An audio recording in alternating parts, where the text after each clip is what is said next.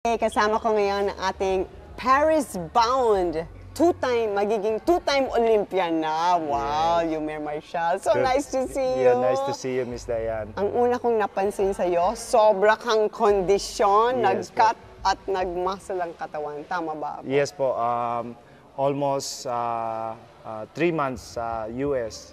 Wow. And then before US, nag-training na po ako sa ABAP. Kaya tuloy-tuloy yung preparation ko. Yeah. Pero yung training camp ko talaga sa US, yun po yung malaking bagay po talaga, malaking tulong po. And doon talaga ako, mas kita nyo naman yung difference. Yeah. So Last time nakita tayo, parang ang payat ko pa eh. No? Yeah. I mean, ang taba ko pa. Yes. Nag-iba nga yung shape ng face mo. Yes. So you feel strong? You feel like you're sharp Yes and po. powerful? Yes po. Naramdam ko mas lalong yung suntok hindi lang mabigat kundi yung diin. Kasi nung mga last 3 sparring ko, pag tinatamaan ko yung opponent ko, nararamdaman nila kagad yung suntok ko. It means na hindi lang na develop yung lakas. So, kumbaga mas nag-sharp pa talaga. Yeah. So can you make us kwento about your training there? Nag-ensayo ka sa Las Vegas, Yes po. and then sinong coach mo doon at sinong mga nakasparring mo? So yung coach talaga namin doon, yung head coach namin, dati siyang trainer ng Team USA. So amateur pa lang, nagkikita na po kami nung Team USA pa siya. He's a new coach, not the Yes po. Not Coach Capetillo. His name Coach K. Coach K? So, yes. Okay. Before Asian Games, siya po yung nag-train sa akin. So, sabi ko sa kanya, light heavyweight yung lalabanan ko, malalaki yung opponent na lalabanan ko. So, yung tinuro niya sa akin nung before Asian Games is more on speed, more on proper yung mga suntok. Yeah. So, yun, which is na naging successful din yung campaign natin sa Asian Games. Doon tayo nag-qualify. Gold, yeah. Doon tayo nag-qualify for Paris. So, itong camp ko, siya din yung head coach ko, pero kasama ko, assistant coach niya si Coach DJ. Yeah. He's a Filipino. Oo nga eh. Yeah, pero na lumaki na sa US. Yeah, and you're comfortable with him also. Yes po, opo. Yeah. Sino mga nakasparring mo doon? Did you get good sparring rounds? Yes po, ang dami kong kasparring doon.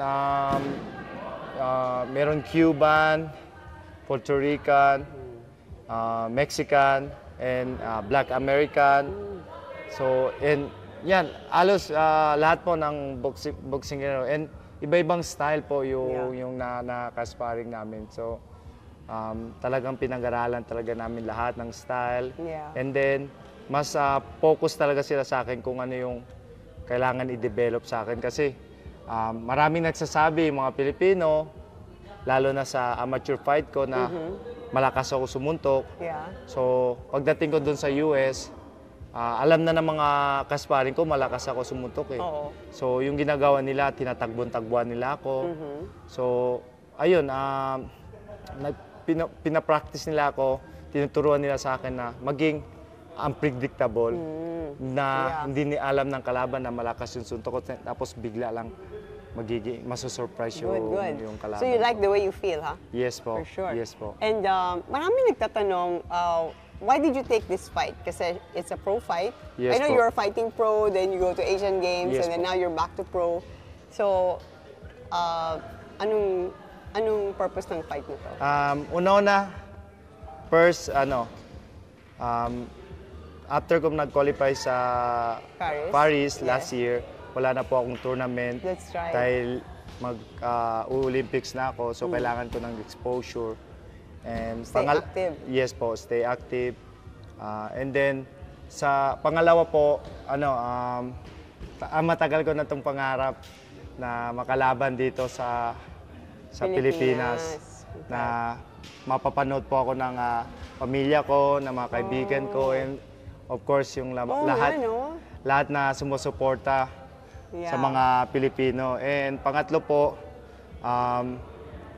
parang dito ko po, parang ito din yung, kumbaga, after ko siguro mag-gold sa Paris, baka hindi na ako makapaglaban dito, di ba? Baka sa US na, wow. di ba? Oh, okay. So, di ba? sulitin. Yes. Di ba? Hindi natin alam yung, like Manny before, di ba? Yes.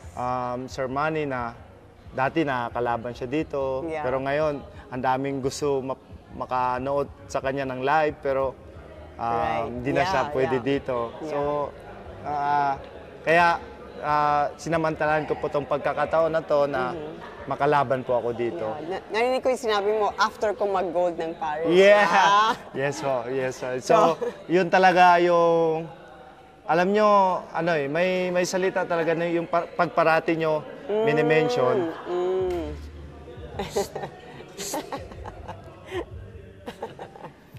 Maingay niya. Sige, excited silang lahat buong pero, team mo. I mean, sobrang ano. Alam nyo, isa din saya and yung nagbibigay sa akin yung energy, yung team ko. Alam nyo, ang saya pala na marami kayo, di ba? Kasi, kaya si Sir Manny, gusto niya ang daming mga kasama nagtitraining sa kanya. So, yun pala yung reason. Parang kahit pagod ka na, ganado ka pa rin mag-training Kahit kanina umaga, pagod na ako tumakbo, ganado pa rin. Parang gusto ko mo ipakita na malakas pa rin ako. Yes. So, o yung sinasabi mo kanina, pag meron kang laging sinasabi. Yes po, opo, yun. Naniniwala po ako doon yung parati mo sinasabi. The power of your words. Yes po, yun. Magkwa-qualify ako, magpaparis po ako. Kahit before Asian Games, parati nila sinasabi, mag-Olympics ka. Yung tatay ko, mag-Olympics ka. Yung mga kaibigan ko, mag-Olympics ka. Pag tinatanong sa akin, yes, mag-Olympics ako. I remember that. Yes, mag-Olympics. Yes, miss na yan, mag-Olympics po ako. So, yan, nangyari po. Kumbaga, nung nasa Asian Games na ako, yung goal ko lang talaga is mag-qualify ako. Mag-gold ako dito at mag-qualify po ako. So, ayun, ngayon, always ko na sinasabi sa sarili ko na mag-gold po ako. Mag-gold po beautiful. ako. Pero of course, meron po, kailangan po tayo mag-train hard. And of course, maghingi po tayo ng guidance kay God para gabayan po yung plano natin, yung pag-iensayo, at bigyan po ako ng spiritual strength para manalo sa laban. I remember nung nag-bronze ka sa Tokyo, sabi mo sa akin na, ay hindi, I'm gonna go for Paris pa rin. Pero at that time, parang ang layo isipin, no? Yes po, kasi meron akong professional career na ano na ako, and then lumalaban. Sa US na ako lumalaban. So, parang ang dami nga nagtatanong sa akin Pero every time may magtanong sa akin, ang sabi ko pa rin, Paris Olympics. Kahit minsan, talagang malabo na siya. Yung alam ko, minsan na nakikita ko na parang nawala yung weight class ko, yung 75 kilo. So sabi ko, parang malabo na. Pero pag magtanong sa akin, yes, magpa-Paris Olympics ako. So ito ngayon, di ba? So paano yung weight pala, Yumir? Kasi I'm sure yung makakalaban more naturally fighting at 80, they're gonna be bigger and taller siguro, di ba? Yes kasi po. Kasi in natural weight mo, you're comfortable 75, yeah, right? 75 talaga. Kahit ngayon, yun na yung weight class ko ngayon. Yung timbang ko ngayon, 75. So paano mo tatalunin yung mas malalaki at mas mabibigat? So, it's a good question, Ms. Diana. Ang dami nagtatanong sa akin na yun, very disadvantaged sila ako sa pagdating sa height, sa laki. Pero ayun, ang ginagawa, tinatanong ko po always yung coach ko, ano yung magiging advantage natin and ano yung magiging plan natin. So, sabi niya, magbibuild ako, ito after ng pro fights ko, mag-build po ako ng muscle, pero hindi kailangan na lumaki ako. Kasi natural, may power na po ako right. So, kailangan ko pag-aralan yung speed and more tactics na kung paano ko sila talunin. So, hindi mo aabutin yung 80 kasi that's parang you're gonna feel too heavy. Yes po. So, mga ano kaya? Nung Asian Games, ano lang ako under ako ng 2 kilos. 78. 78, yes Okay po. lang yun sa'yo? Yes, okay lang po. So, Yeah. for sure, sila galing yan ng mga 84. Yeah. Sila pababa, ikaw pababa. pataas. Ako pababa. So, talagang sobrang magkaiba talaga yung laki namin dahil natural yun talaga yung ano nila eh. Yeah. Yung timbang nila. What about the style? Like for pro fighting, di ba, you're going, this one's 8, and then sa Olympic style, may konting difference, di ba? Paano mo i-adjust yung pagkakaiba? Yes, yun na din po yung talagang nasubukan ko na po nung Asian Games eh. Yung pinaghahandaan po ko po nung time na yon is professional fight. Yeah. And then 1 week before Asian Games, like 1 week before, sorry. Actually, it's deadline na ng entry Of Asian Games. for Asian Games. Yes, 1 So, week after. alam nyo ano yung entry ko sa Asian Games? Hindi boxing. Basta may entry ako, hindi pa alam kung anong sports. Yun po, nilagay na yung name ko doon, pero wala pang sports, hindi pa sinabi doon kasi hindi nga nila alam na kung sasali ako kasi hinahabol na talaga nila. Yun po yung sabi sa akin ng POC. And then Sir Bambol nagsabi, lalaban ka. Yes. Nagsabi ako, ito yung kailangan ko. So na-provide niya yung kailangan ko, and then boom, uuwi ako kagad. Message niya sa akin Monday, uwi ka na. Wednesday, uwi na ako kagad. And then diretso po ako ng Australia para sa training camp ng amateur. Pero yung question na ano yung different. Hindi ka mahihirapan mag-adjust. Kasi 3 rounds lang yung yes amateur, po. di ba? Nung Asian Games, nung preparation to Asian Games po, nag-spar po ako ng 10 rounds, 12 rounds. Yeah. So ang haba nun. Pero nung palapit na yung Asian Games, bumaba na kami ng round, naging 8 rounds na lang, and then naging 6 rounds, and then naging 4 rounds, pero more speed na. And then nung nag-join na po ako sa national team, doon na namin na-apply yung amateur style. Pero yung point nun, nakuha na namin yung talagang lahat ng tactics na kailangan namin matutunan kasi sobrang haba ng training namin eh. Ang haba ng rounds na nag-aaral kami kung paano maging sharp yung suntok. So mas na-develop talaga yung skill. So ito din yung gagawin namin, ito din yung plan. Nag-work na sa Asian Games. Yes po. So kailangan lang namin mas higitan pa lalo. And this time po mas malaki yung kumpiyansa ko dahil mas alam ko yung marami nagsusupport sa akin ngayon. Yung supporta, nandun lahat yung support. So, yung ABAP, nagpadala ng coach, si Coach Mario. Yung PSC, nag-support sa akin sa training camp ko. So, wala akong kailangan isipin kundi mag-training lang. So, yun po yung pinaka maganda sa preparation ko ngayon. Nice. Wait, what about itong kalaban mong Thailander? What can we expect from him? What kind of a fight are you gonna try to employ? Anong strategy mo doon? So, itong yung Thailand na fighter na to, meron siyang 24 wins and 19 knockouts. So, sobrang eksperyensado talaga niya ng boksingero.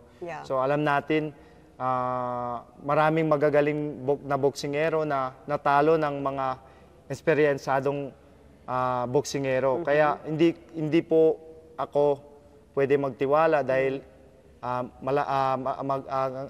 halaki ng experience niya sa boxing. So, gagawin ko po yung best ko, yung kasama ko po yung team ko ngayon. Pinag-aralan talaga namin yung style niya, kung ano yung mga technique na gagamitin natin, and mananalo po tayo. Yun na yung sasabihin. So, exciting. Kukunin ko po yung panalo.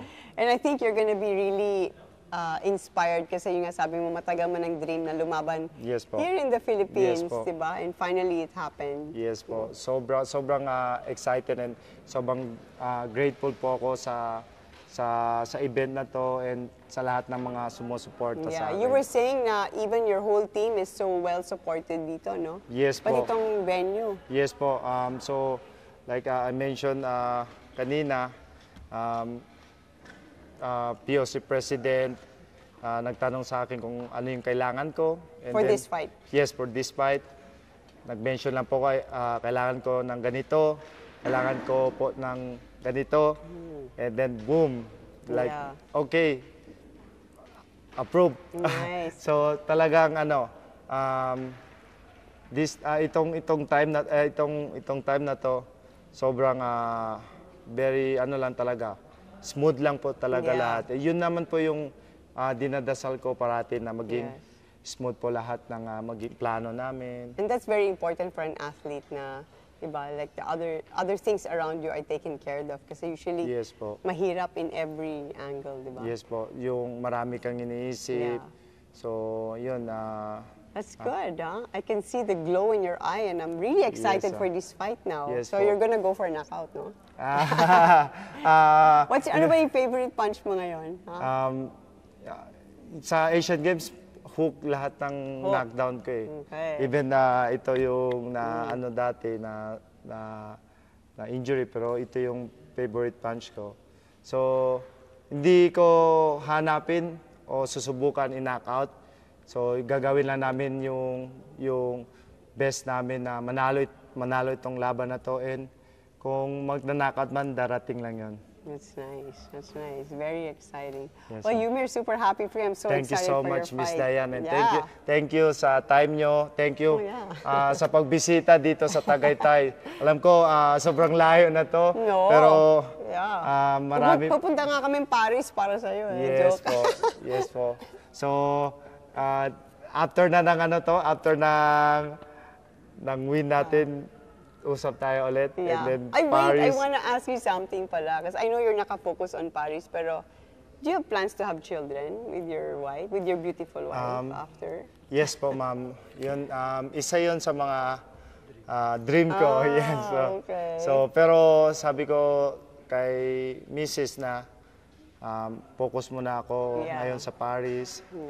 So, kung pag makuha natin yung gold, tsaka tayo mag-plan para sa ating magiging pamilya. Pero dahil yung reason po, need ko talaga yung asawa ko ngayon. Uy, grabe. Yes po. Sobrang lahat po, yung preparation na to, siguro magiging magulong tong event na to kung wala yung wife ko. Pero dahil sa kanya, sa coordination niya. And communication. Yes po.